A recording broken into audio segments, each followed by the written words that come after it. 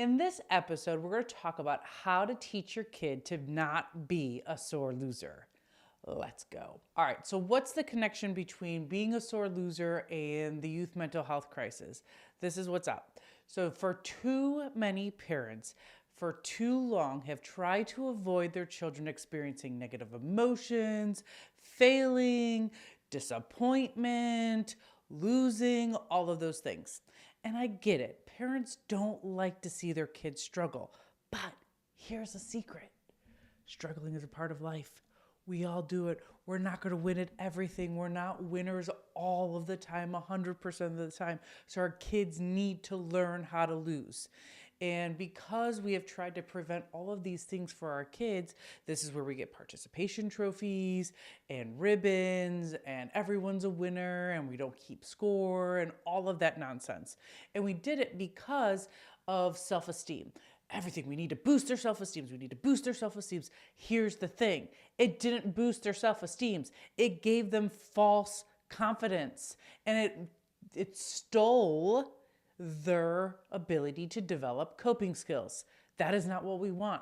So to throat punch this youth mental health crisis, we need to teach our children how to be good losers or not sore losers. First tip, here we go. We want to teach our children what's an appropriate way to lose in our home. Now, this is going to look different for everybody, and there's no judgment associated with this.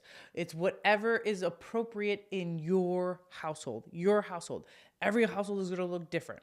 For instance, my son loses his shit when he loses, and he sometimes will like throw things, and like the one time I remember we were playing Skippo and I beat him pretty bad because I beat everyone at Skippo, and he's like and he like threw the cards up everywhere all over the floor, and I was like, bud, natural consequences, you're going to have to clean that up.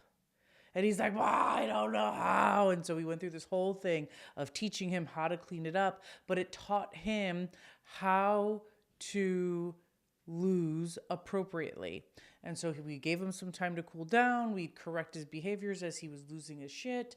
And then now it's, hey, whether you win or lose, you shake my hand. So we've gotten to the point where like now we play split strike, and when he loses to me, which is a very rare occurrence because he's really good at split strike, is that he will shake my hand and say, good game. That's how we want our children to play games, whether they win or lose, is you stick out your hand and you say good game, you congratulate the other person, and then you can feel your emotions, but there's an appropriate way to have it. So in your home, what's an appropriate way to lose? That's the first tip.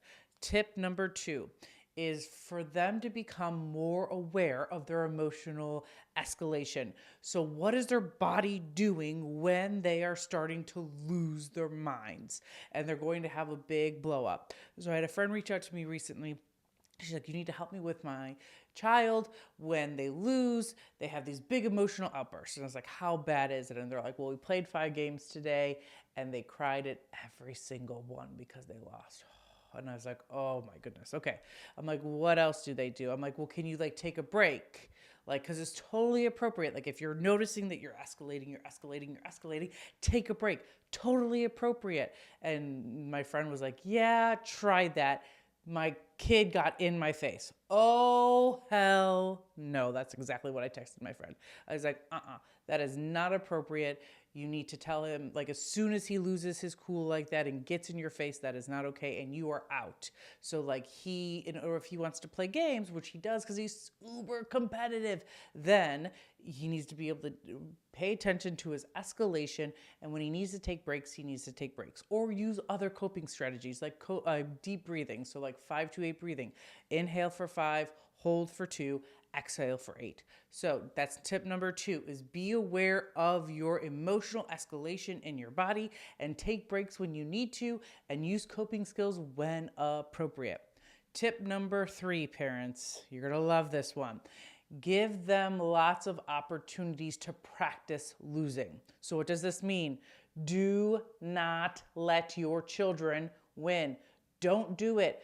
We think that it's going to be beneficial for their self-esteem, but it's not. Again, false self-esteem. We want our children to be adaptable. We want them to be confident because they're able to win.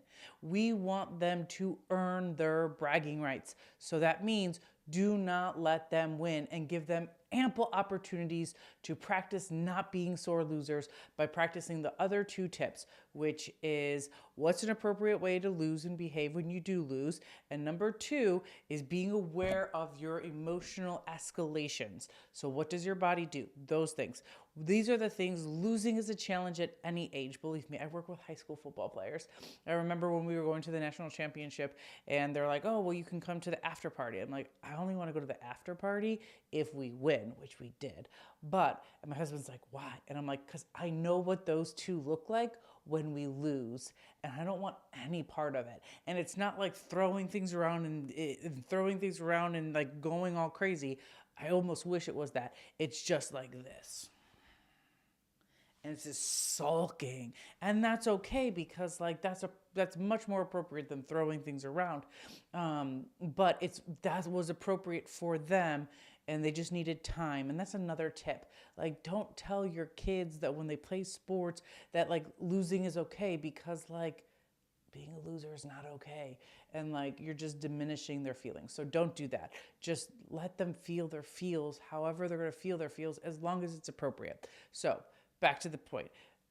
Losing at any age is a challenge. And so we want to teach our children at an early age what's appropriate, how to read their emotional cues, and take breaks when they need to.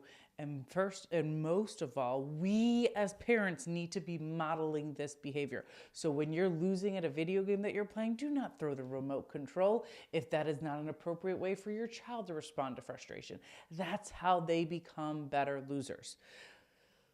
Teaching our children to lose appropriately at younger ages sets them up for success. It sets them up to deal with frustrations and disappointments and letdowns, because we're going to experience it throughout our whole lives. Losing is a great teacher. Failure, great teacher. Success, terrible teacher. So if we do this, if we follow these tips and we establish what's appropriate behaviors, we have them pay attention to their emotional escalations. By doing these and developing these skills at a young age and giving them ample opportunities to lose, you and me are going to be throat punching this youth mental health crisis.